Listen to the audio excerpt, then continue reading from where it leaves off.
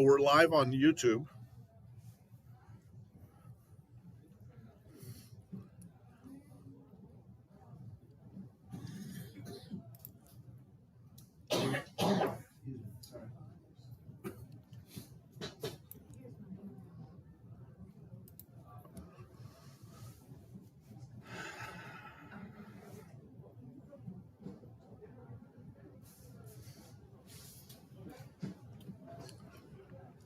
Probably need to make it bigger so it'll be easy to read.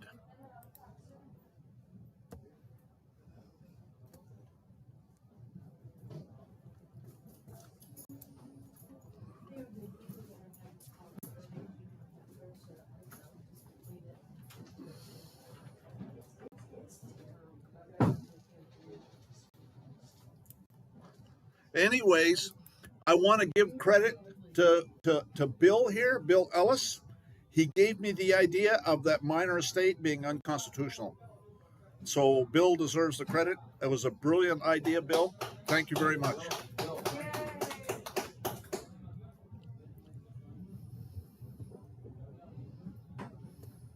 And that's why it's important that we network together with these groups, because together we're way more than any one of us are as an individual. Very good, very good.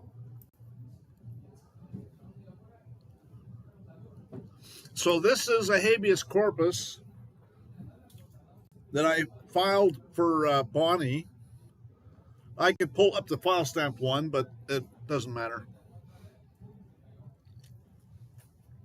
I did it after Brooks McKenzie's. He does it as an application, so I did it as an application. So Bonnie Allen Thomas Strait is currently incarcerated in Johnson County Jail at 1800 Richmar Drive, Cleburne, Texas, awaiting trial for assaulting a peace officer, cause number under Texas Penal Code in the 413th District Court, Johnson County, Texas. President Andrew Jackson officially recognized the Republic of Texas on March 3rd, 1837, which was also recognized by France December 25th, 1839, and other nations, including Belgium and the United Kingdom. Texas joined the Confederacy and Union. In the year 1845, the state of Texas joined the Confederacy and Union under the Articles of Confederation and Perpetual Union, 1781. Okay. As evidenced by the Act of Congress 9 Stat 1, and still exists as evidenced by House Joint Resolution 1, dated 29 December 1845, quote, the territory properly included within and rightfully belonging to the Republic of Texas was erected into a new state to be called the State of Texas, on an equal footing with the original states in all respects whatever. So that means that's referring back to the Articles of Confederation in 1781. With the Republican form of government, as found in the Act of Congress, 29 December 1845 at 9 Stat 1. This is the preamble. It says, be it enacted by the Senate and House of Representatives of the United States of America and Congress assembled that all the laws of the United States is hereby declared to extend to and over and have full force and effect within the state of Texas, admitted at the present session of Congress into the Confederacy and Union. And all of that's important.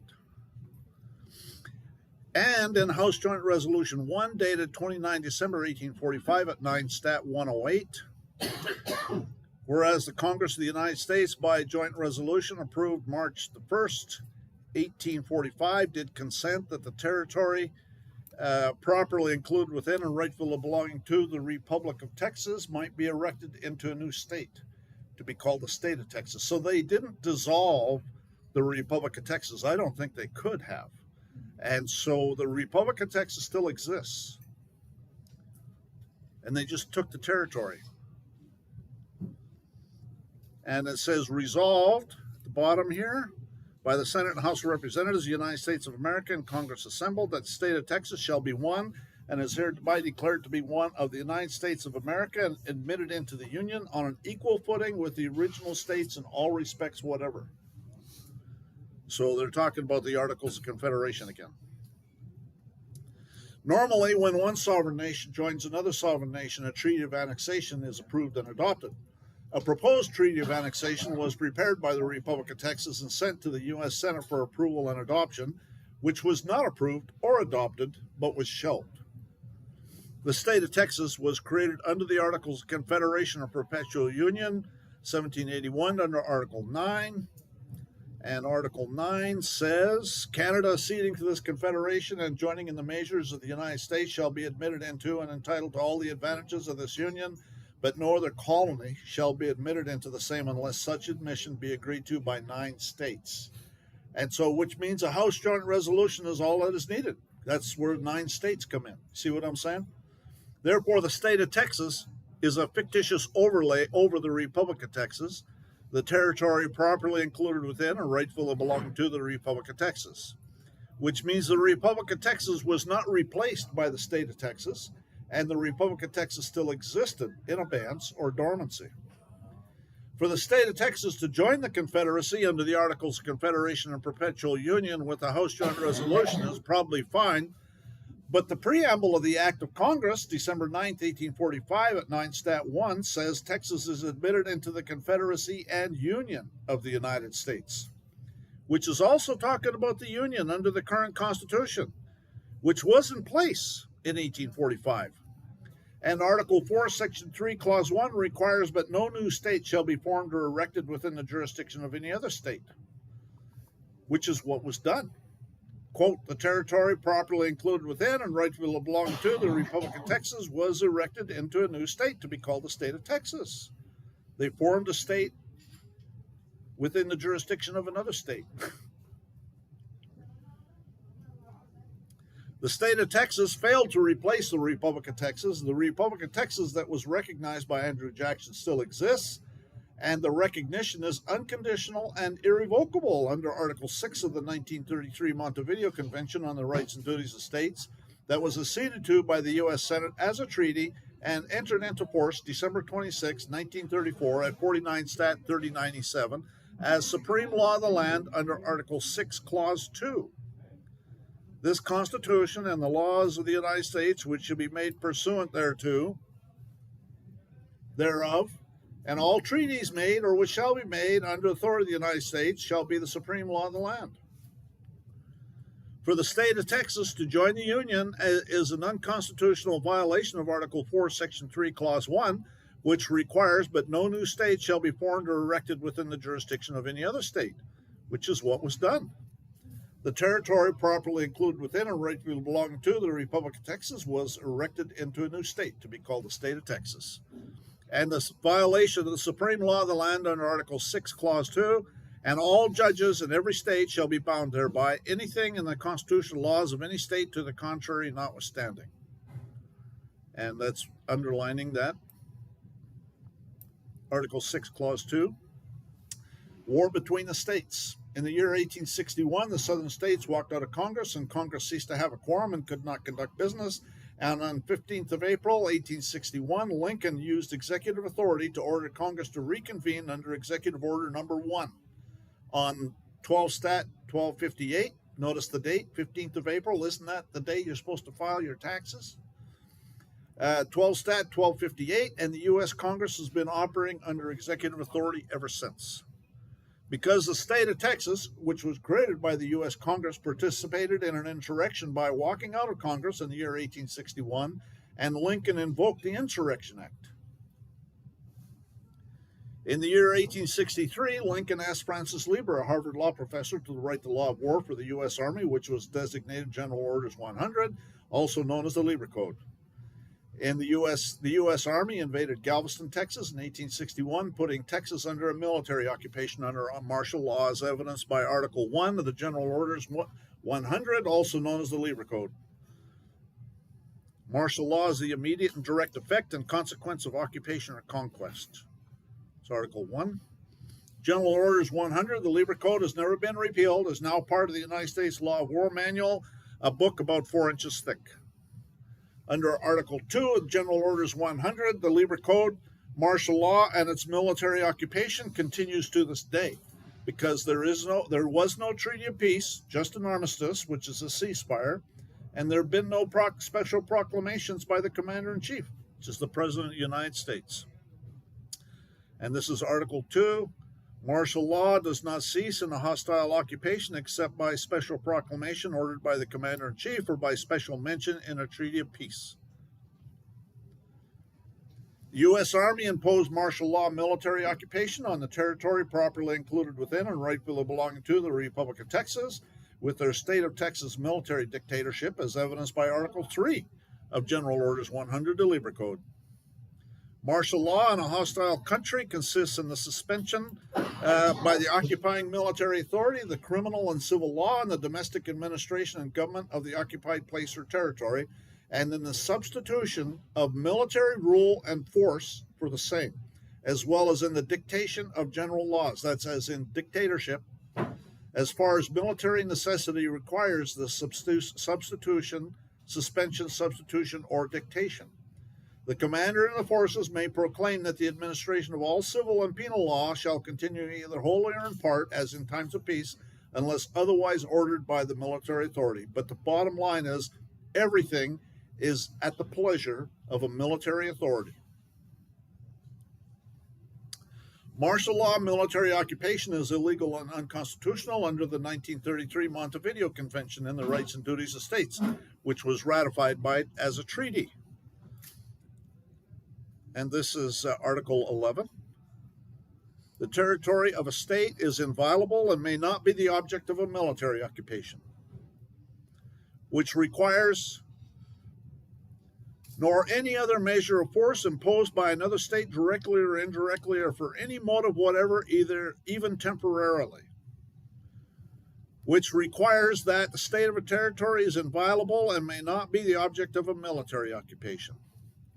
The state of Texas is a military occupation dictatorship put in place by the U.S. Army.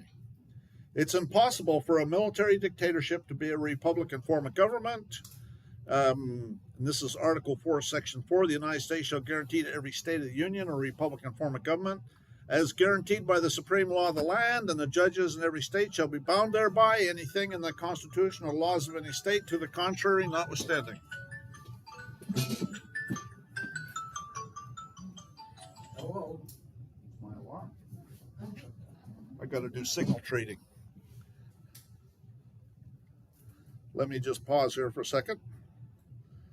First things come first.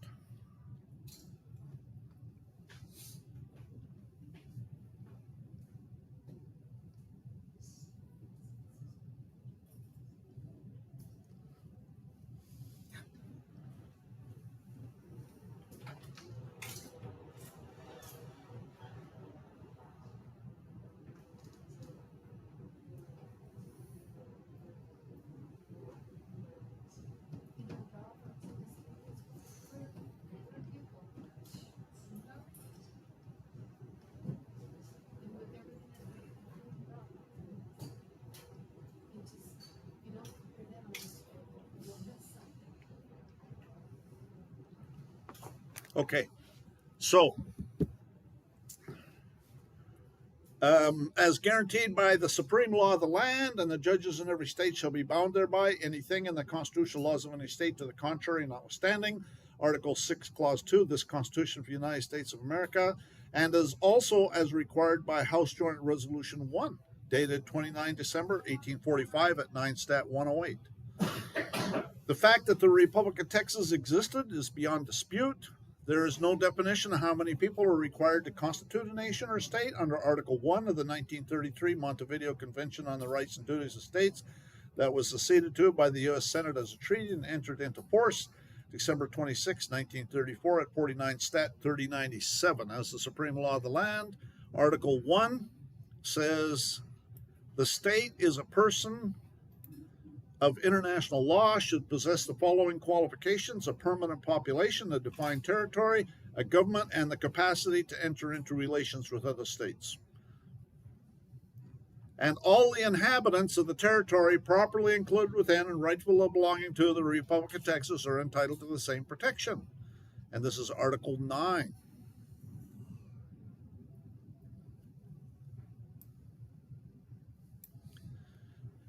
The jurisdiction of states within the limits of national territory applies to all the inhabitants, nationals or foreigners, are under the same protection of the law, and the national authorities and the foreigners may not claim rights other or more extensive than those of the nationals. The Republic of Texas was brought out of abeyance in the 1990s, and the respondent was chief counsel for 4 years and is entitled to diplomatic immunity under international law. The respondent's Bonnie. An unconstitutional law fails to be a law. It imposes no duties, it affords no protection, it affords no rights, and offers no protection. No one is bound to obey an unconstitutional law, and no courts are bound to enforce it. An unconstitutional law is not law. It confers no rights, it imposes no duties, affords no protection, it creates no offices, and legal contemplation is inoperative as though it had never been passed. An unconstitutional law is void and is as no law. An offense created by it is not a crime. Officers of the court have no immunity when violating a constitutional right, for they're deemed to know the law. The current Texas Constitution and all Texas statutes, codes, rules, and regulations. Codes and rules are edicts under martial laws found in Article 3, General Orders 100, and are therefore unconstitutional violation of the supreme law of the land, which is why when asked for a certified copy of the Texas Constitution, the only one they will provide certified is the 1836 Constitution, and that's true. All information, name, address, social security number, date of birth, etc. is hearsay evidence and were obtained with illegal searches and seizures of the respondent's information in government databases with no search warrants, in violation of Article 4 Amendment, as evidenced by the fact that no search warrants are in the evidence file, and the court is required to presume that no search warrants exist and suppress the evidence. If the record does not show upon its face the facts necessary to give jurisdiction, they'll be presumed not to have existed. See also, the law requires proof of jurisdiction to appear on the record of the administrative agency and all administrative proceedings. The common law is the law of the land was here before the government, and this is Hale versus Henkel. The individual may stand upon his constitutional rights as a citizen. His rights as such are such as existed by the law of the land long antecedent to the organization of the state. Long antecedent means before, and can only be taken from him by due process of law and in accordance with the Constitution. And the military government is required to step aside when we the people step forward. That's found in Ex parte Milligan. And the common law is everywhere above the high water mark and after the first bridge on any navigable river, except for the District of Columbia under Article 1, Section 8, Clauses 17 and 18, and any federal enclaves as affirmed by Section 14 of the Organic Law of the Northwest Ordinance that was passed just 3 months prior to the U.S. Constitution being ratified, as well as affirmed by the Judiciary Act of 1789. The unconstitutional military occupation might apply to government employees in the military, but there is no evidence introduced showing that the respondent is a government employee or in the military. The power to create presumptions is not a means of escaping constitutional restrictions. Therefore, this court is required to presume that no such evidence exists. If the record does not show on its face the facts necessary to give jurisdiction, they'll be presumed not to have existed. The indictment, criminal complaints, warrants, etc., and cause number DC F202500321 in the 4th 13th District Court are all edicts under martial law and unconstitutional and illegal.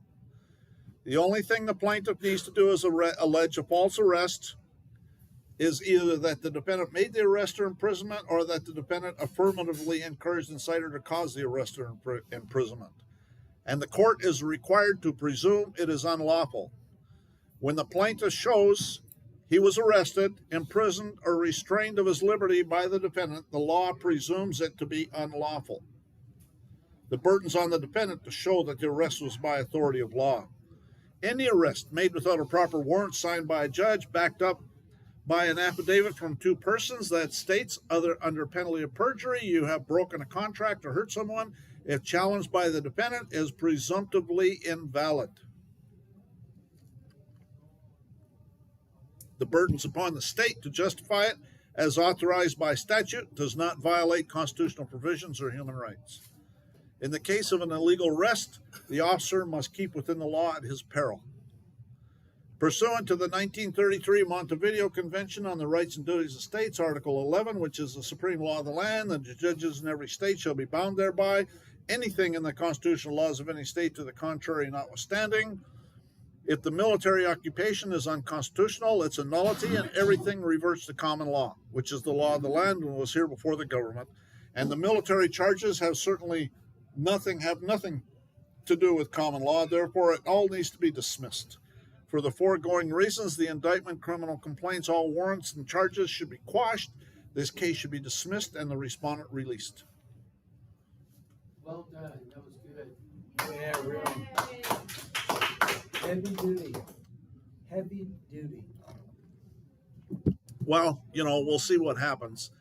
We just filed it, and so they haven't even been served it yet. But Who's it going to? we filed it in Johnson County Court. So it's going to the prosecutor and her attorney. Bonnie's got an attorney, unfortunately.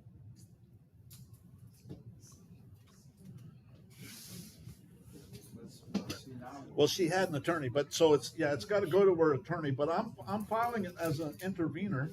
Now I can just file it into a separate court case too. There's nothing stopping me from doing that.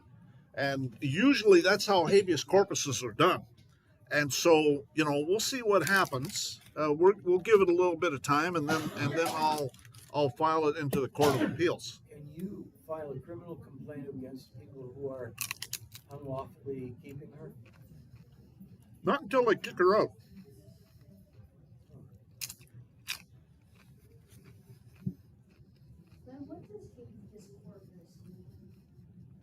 Once they kick her out, then she can sue them. It means bring me the body. Corpus's body. Yeah. Habeas corpus. Corpus means body. So bring me the body. And what's neat about the intervenor is that we can do it for anyone we feel that there's been an injustice. You can do it for something that you might have solved. When somebody's arrested, you can write one up. Because a lot of people that are in jail, they don't have the means to do it. And they're afraid to. They think there'll be more reprisals if they write one up. The one that Brooke did for Ken and myself when we signed, he got in jail. It worked.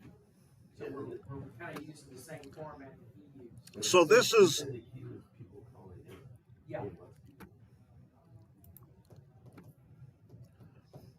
This is the notice of intervention. It's pretty short and sweet.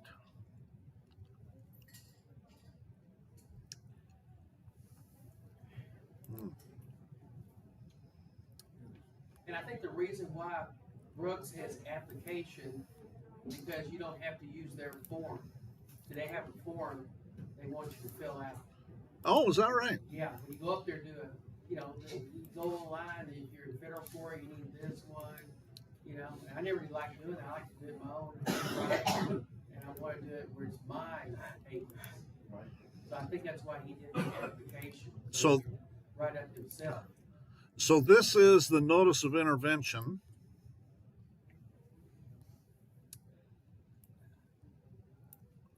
It's pretty short and sweet. Notice is hereby provided that I'm intervening on behalf of Republic of Texas National, Bonnie Allen Thomas Strait, as a friend of the court. So I'm not saying I'm representing her. I'm just saying that I want to introduce things as a friend of the court interested in justice. You see what I'm saying? That the court needs to be considered.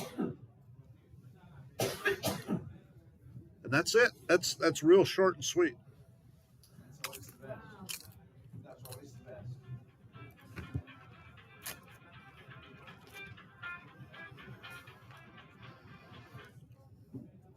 So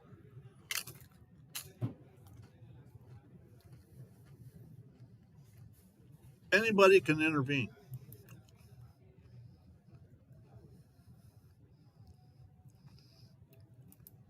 And they can't play stupid and pretend it's not there either.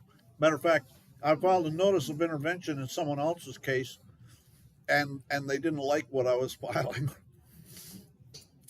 And so they told me to quit filing that stuff because the other person was um,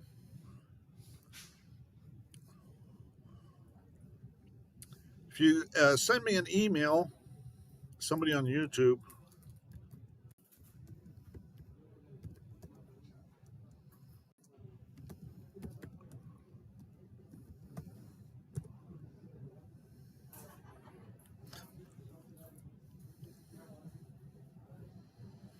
send me an email.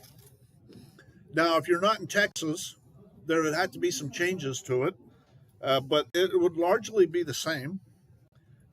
Any of the southern states, it's easy to show that they're under military occupation. Any of the territory involving the Treaty of Hidalgo is clearly under military occupation. Um, other areas, it's a little bit murkier. But the police, I mean, the evidence is the police wear military uniforms, and they do all over the place.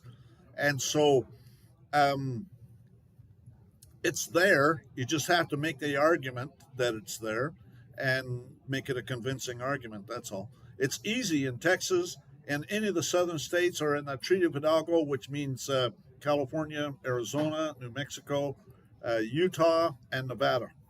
Um, any of those areas, that's all part of Treaty of Hidalgo. And the Treaty of Hidalgo is a peace treaty, there's no doubt about it, but it doesn't make a specific mention ending the martial law.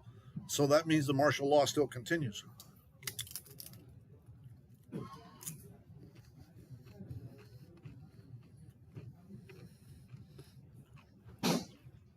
When you send me an email, make sure and tell me. I get a lot of emails. It might wind up in my spam or something. Put in the subject matter notice of intervention or habeas corpus, and tell me where you're getting it from, where you're getting my email from. And I have no problem sending it to you. I'll send you the Word file. I some of my documents I upload to Google, and then I put a link in the show notes of the YouTube video. And people contact me all the time, want me to give them access to it. Well, that's not how it works. Okay, I don't give access to anything that I upload to Google. What you do is you download it onto your hard drive, and then you can go ahead and manipulate it however you want. Okay, I don't give access. I never, ever give access to anything, any of my documents on Google or anywhere else. You download them, and then you can manipulate them.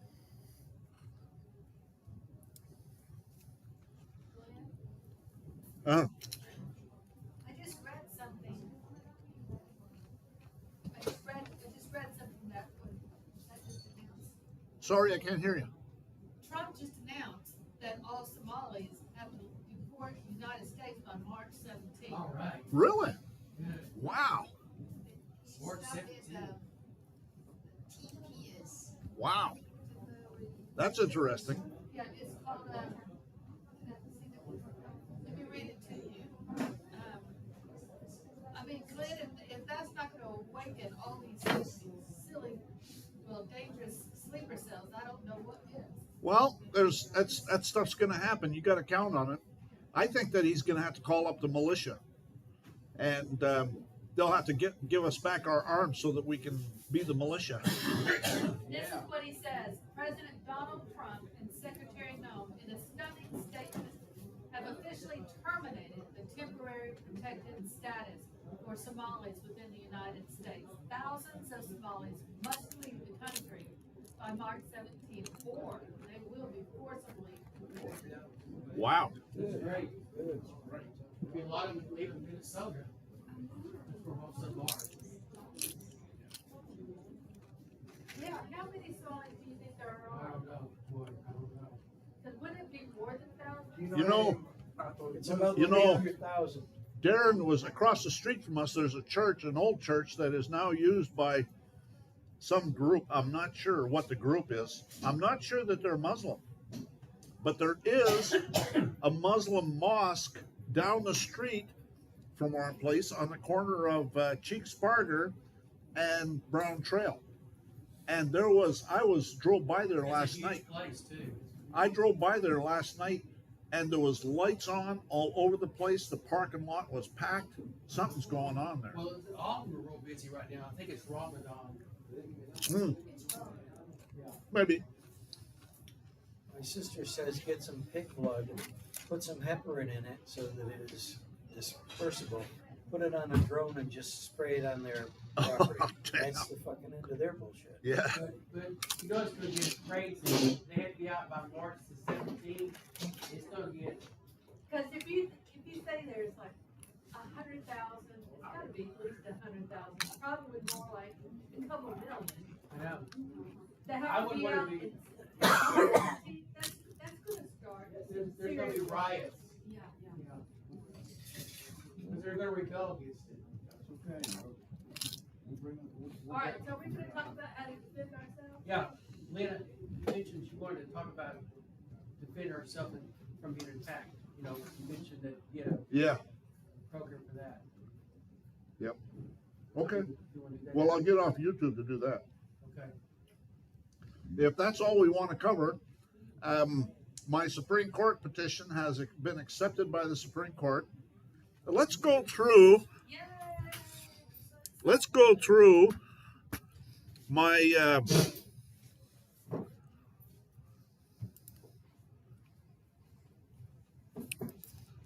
We'll see how big this is. This is not very big.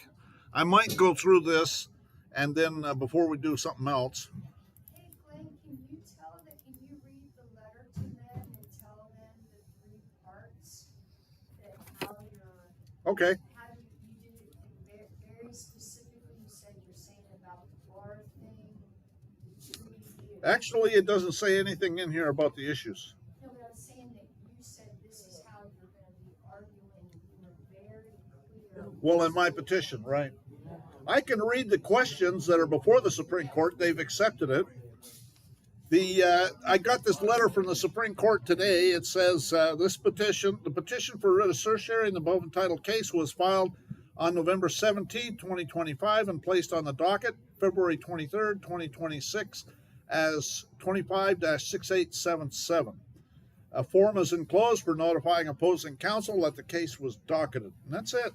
That's nothing else. And so then there's a notice of docketing and a waiver form that I sent to him. And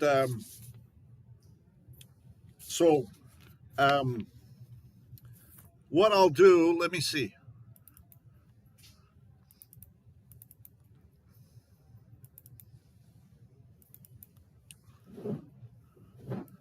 So let's change that. You said 25 there's kind of 3 things. 68. You were gonna respond to the bar, how Yeah, I'll read the questions for review. How's that?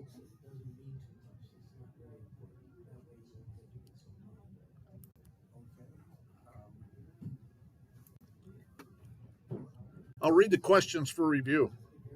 Have you not received that?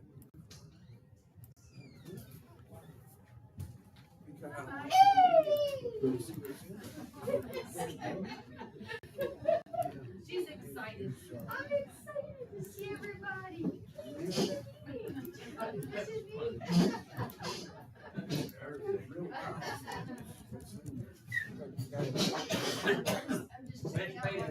checking out months of texting. Where are you?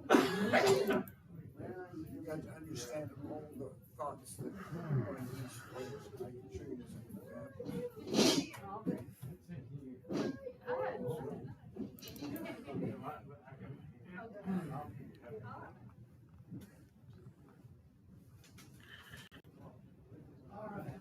We got accepted. We got a docket with the Supreme Court. Okay, it shows docket. You go right here, some fresh. Okay, so this is the motion. Let me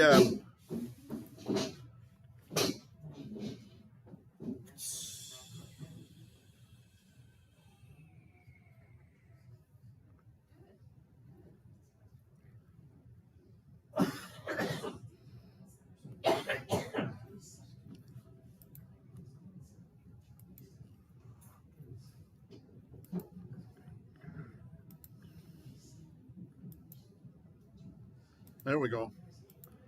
Okay, so this is the motion that I filed.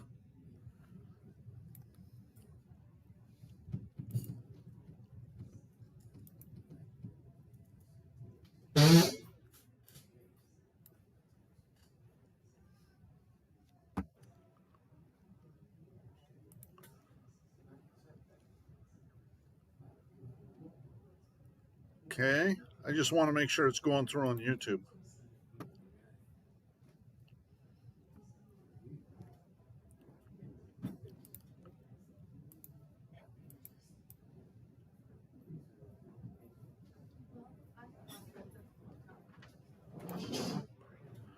Okay, so this is the motion that I filed. Motion for leave to proceed in form of papyrus. Petitioner asks for leave to attach the petition for writ associated without prepayment of costs to proceed in form of papyrus. The big reason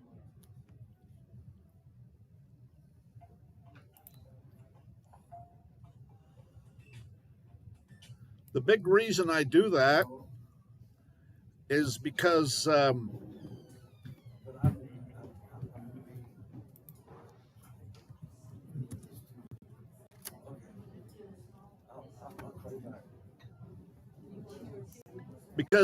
if I don't, then I have to send 40 copies, and that's a huge amount of copies.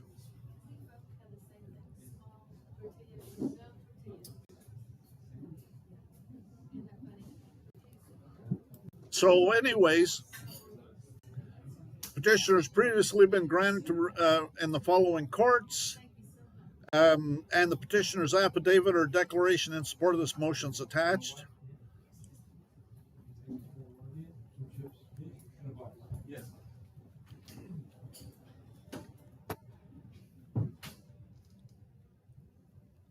Where is the rest of it?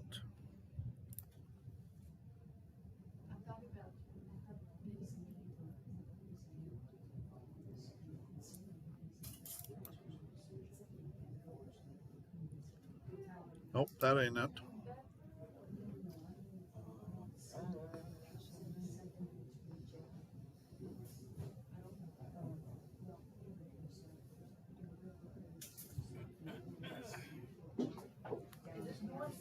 Bill, how old are you?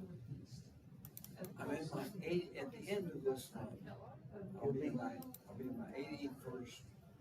So you're 80 years old. I'll be in my 81st year. I hate to use the term 80 years old, any years old. Makes people think that's, makes people think, well.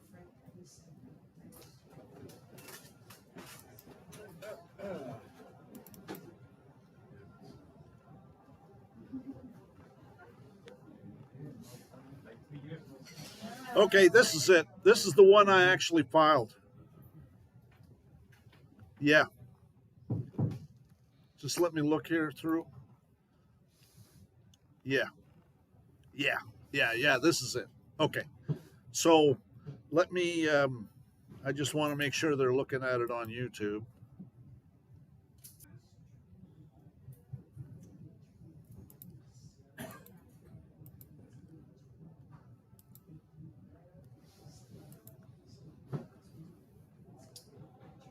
Okay.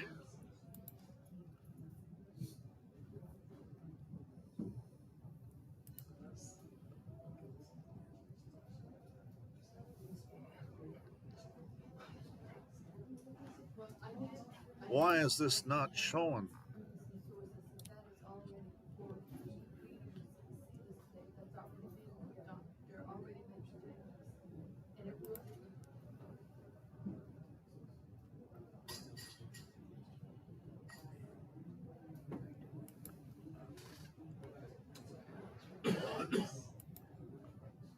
Weird.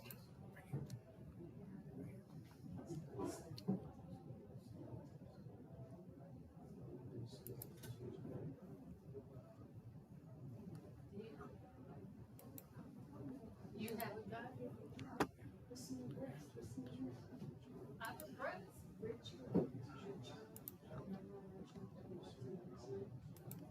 There we go. There we go. Okay, so this is the actual one that I filed. I filed a couple of them, so that's why I was confused. I mean, they sent it back to me several times, and so this was why I just want to make sure it's coming through good on YouTube. Yeah, it is. This is the one that I filed, 17th of February, and they send you this form to fill out. So this is how I filled it out. I put NA in all the blocks. See declaration in support of a form of papyrus interrogatory attached, because it's an interrogatory. Once you understand that, they're asking you for all sorts of.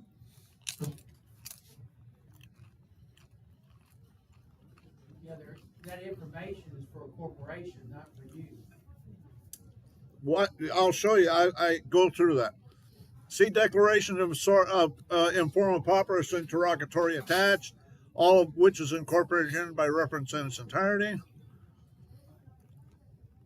And I NA'd everything. See declaration in support of informal papyrus interrogatory attached. See declaration executed on 17th of February. Declaration in support of informal papyrus interrogatory. I affirm the following. I have firsthand knowledge of this matter. All the facts stated herein are true, correct, complete, not hearsay, not misleading, barred, admissible as evidence, and if not rebutted and proven inaccurate, and if testifying, I shall so state. I have standing capacity to act as to the lawful matters herein. I have personal, executive, and documented knowledge of the facts stated herein. I'm competent in this matter. I have no firsthand knowledge of a date of birth, but I do remember finishing high school in the year 1975, over 50 years ago. Therefore, I'm well past the age of majority. The power to create presumptions is not a means of escape from constitutional restrictions. An unconstitutional law fails to be law and confers no rights, imposes no duties, affords no protection. In absence of evidence to the contrary, I'm a free man on the soil of Texas and other American states from time to time, and devoid of any knowledge of surrendering or volunteering myself as a government employee or to the armed forces of any country, and hold any respondents to the strictest proof to the contrary. In absence of evidence to the contrary, I'm not dead or lost at sea, and hold any respondents to the strictest proof to the contrary. In absence of evidence to the contrary, I've never been dead or lost at sea, and hold any respondents to the strictest proof to the contrary. In the absence of evidence to the contrary, I'm not the Pope's minor estate, and hold any respondents to the strictest proof to the contrary. In absence of any evidence to the contrary, I'm not representing the Pope's minor estate, and hold any respondents to the strictest proof to the contrary. In the absence of any evidence to the contrary, I'm not a surety or in any way an accommodation party for the Pope's minor estate, and hold any respondents to the strictest proof to the contrary. In the absence of evidence to the contrary, I've never willfully represented the Pope's minor estate, and hold any respondents to the strictest proof to the contrary. In absence of any evidence to the contrary, I want nothing to do with the Pope's minor estate or the fake money in its Treasury Direct account. Maybe somebody can shove it up the Pope's rectal orifice. And hold any respondents to the strictest proof to the contrary. I will gladly complete the informal papyrus interrogatory when the court provides an authentic order as required by the Authentications Act of 1792, signed by a judge operating in his official capacity with a court seal that orders me to surrender my Article 5 and Amendment right to fail to give evidence against myself in order to exercise my Article 1 and Amendment right to seek a redress of grievances. And so I'll gladly complete the informal papyrus interrogatory when A, B, this court provides their statutory and delegated authority to convert my Article 1 and Amendment right to seek a redress of grievances into a privilege.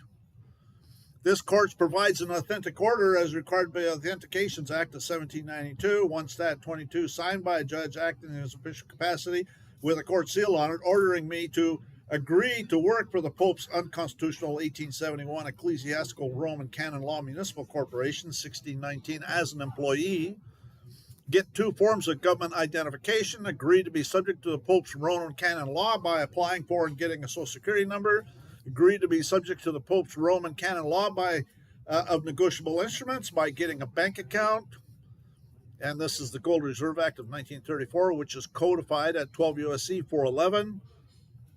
Agreed to, contrary to my sincerely held Christian religious beliefs, to participate in the Pope's satanic lies, frauds, deceptions, necromancy, idolatry, and human trafficking under Roman canon law, and describe the girl to whom I'm joined in holy matrimony as a spouse, describe my property as assets, describe my sons and daughters as children and dependents, describe my source of compensation for labor as my employer and employment, describe my private automobile as a motor vehicle, describe my compensation for labor as gross monthly pay and income, describe the land I own as an asset and real estate, describe my traveling as transportation, describe my home as a legal residence, describe the fake money, Federal Reserve notes I use to set off debts with as money, describe the fake money I use spend as expenses,